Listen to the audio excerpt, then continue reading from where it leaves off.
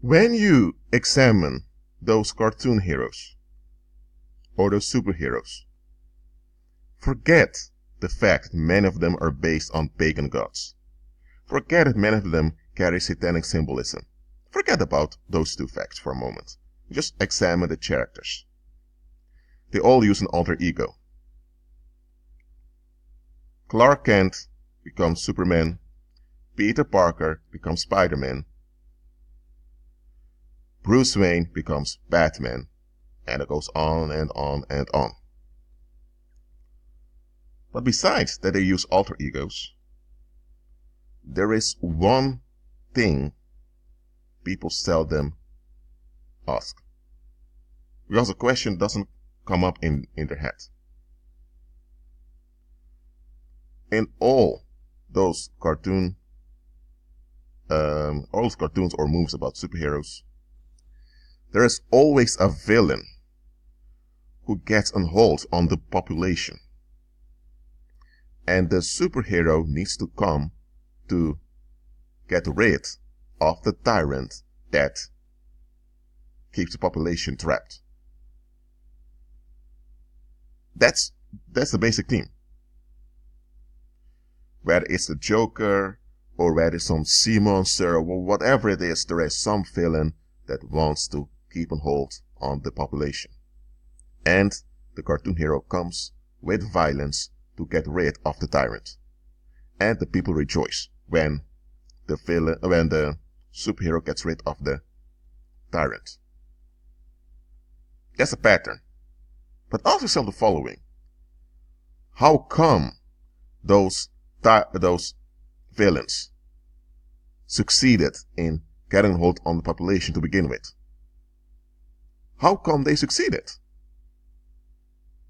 Look, you can scam one individual that's not bright-minded, and he or she may fall for something quite weird. But to scam a whole population, there must be something in the scam that people perceive as beneficial. To scam a whole population, you need to have some perceived benefit built into the scam for the scam to succeed. For example, you can't say to someone, hey, this is a new phone, it costs 800 euros.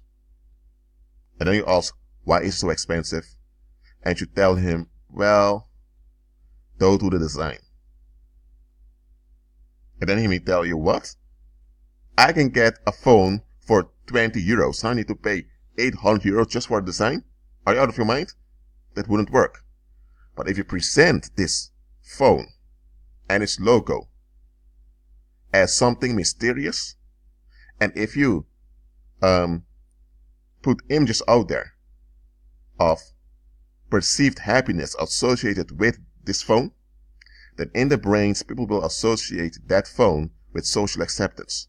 Because people know that when you're not part of a group, or when people exclude you from a group, you'll face trouble. You may become unemployed, you may become homeless, you may not find a mate, so people want to be accepted by the group. That's a deep urge human beings have. So, when you trigger this deep urge for acceptance with your product, people will perceive a benefit with your product that relates to their natural need. So, when you then present the same phone in a visual pornographic manner that associates it with happiness, folks will be willing to pay 800 euros for that phone. And if folks can't afford it, they'll go into debt, or they will seek payment in installments to get the phone. And soon you'll see a lot of folks in that community carrying that phone. And because multiple people are carrying it, more people want to carry the phone. And those that can't afford it, they'll go to the black market to get it cheaper, or they'll go for a fake version of it that looks like it, just so that they can get the validation of belonging to the group. But that phone that costs 800 euros is not a good phone because it breaks easily, its functions expire quickly, So within 2 years, you need to buy another phone that costs 800 euros. So it's a ripoff. It's a scam.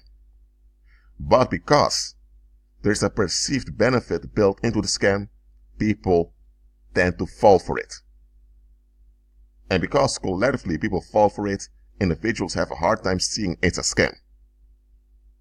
Now, understanding what I just told you, examine those cartoon heroes and ask yourself, what is the scam that those villains in those movies and cartoons played on the masses, that the masses didn't realize that someone was getting a hold on them? Very important also, what scam is it? So what's really going on is that the community is scammed. Though the scammers get a hold on them. And hold is obviously a dangerous thing for the community. And then the superheroes come and fight the scammer. But hold on a minute. Who is operating in the scam? The people that are scammed. So ask yourself, why don't they want to face the fact they've been scammed? So the population doesn't want to face that they've been scammed. But the danger is manifesting. And then those superheroes come and fight the scammer. So what those superheroes are doing, their function is to relieve the population of the symptoms. Symptoms of what? Of the unwillingness of the population to face themselves. Because the population doesn't want real solutions. Real solutions imply you need to participate in them. And to participate in them, you need to face things. And to face things implies that you're mentally challenged. And that's something worldly people just don't want. They don't want to be mentally challenged. If they're challenged, however, they become frustrated. And they can't tolerate this frustration, so they need to dump it somewhere. Either they flee, literally flee from the scene, or if they can't flee, they'll become violent and they escalate. Some even pick up weapons and dump their frustration on people, and others get hurt or killed. So, when a population is scammed, and they don't want to face that they've been scammed, tension will rise. And this tension will kill the community, eventually. So what happens is, those cartoon heroes come, and they relieve the population from the symptoms. Tension disappears for a moment. They save the day, they get some praise, and then things continue as usual. And then the cartoon heroes need to come again, and again, and again. So it's a cycle of violence that those superheroes are trapped in. But who enables and enacts this cycle of violence? That same community those superheroes claim they're protecting.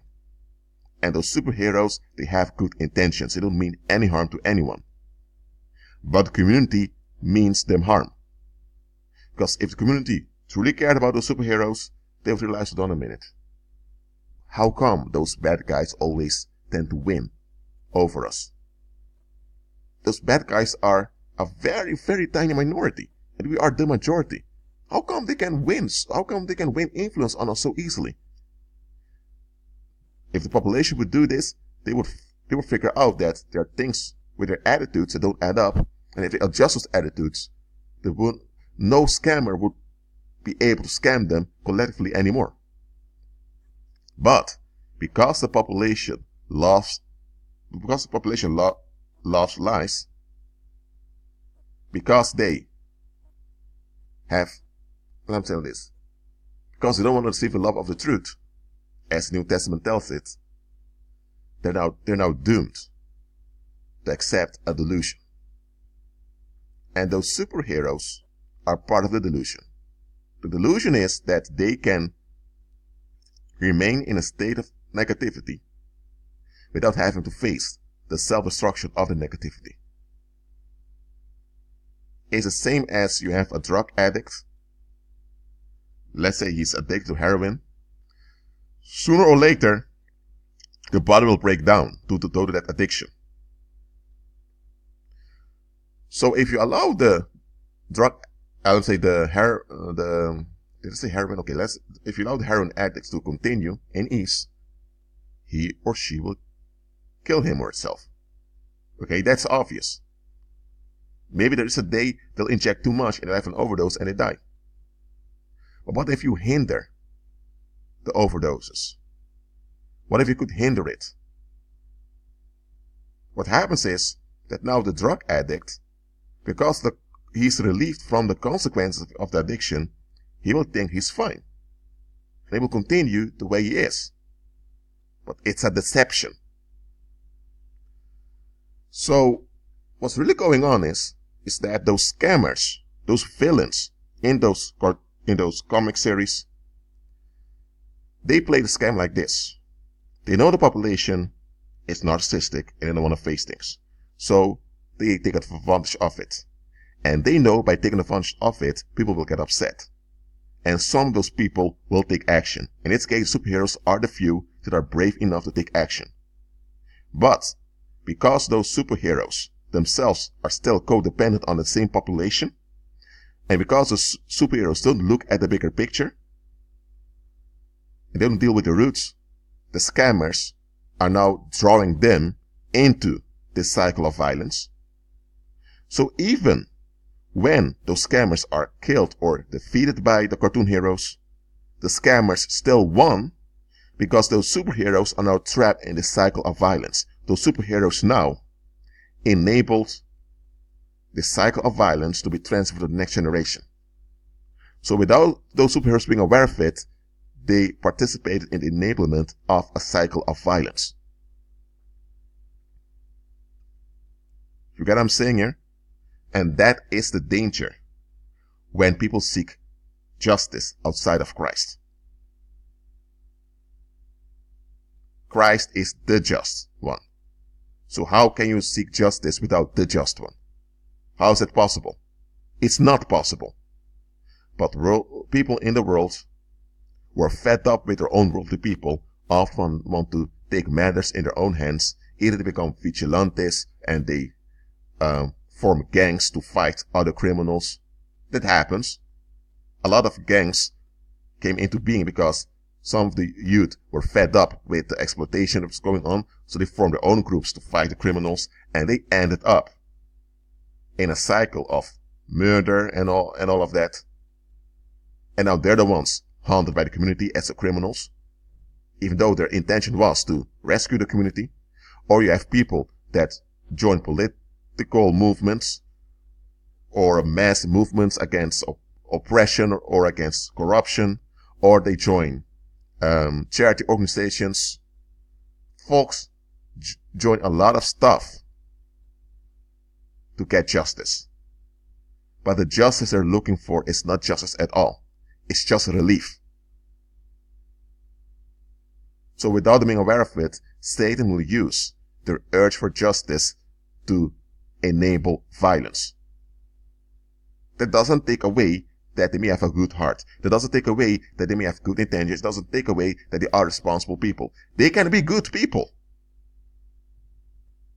They can be even excellent people.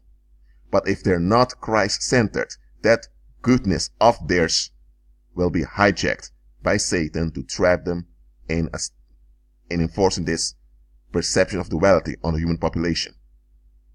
It's this perception of duality, this black and white thinking, that Satan uses to keep people trapped in the beast system.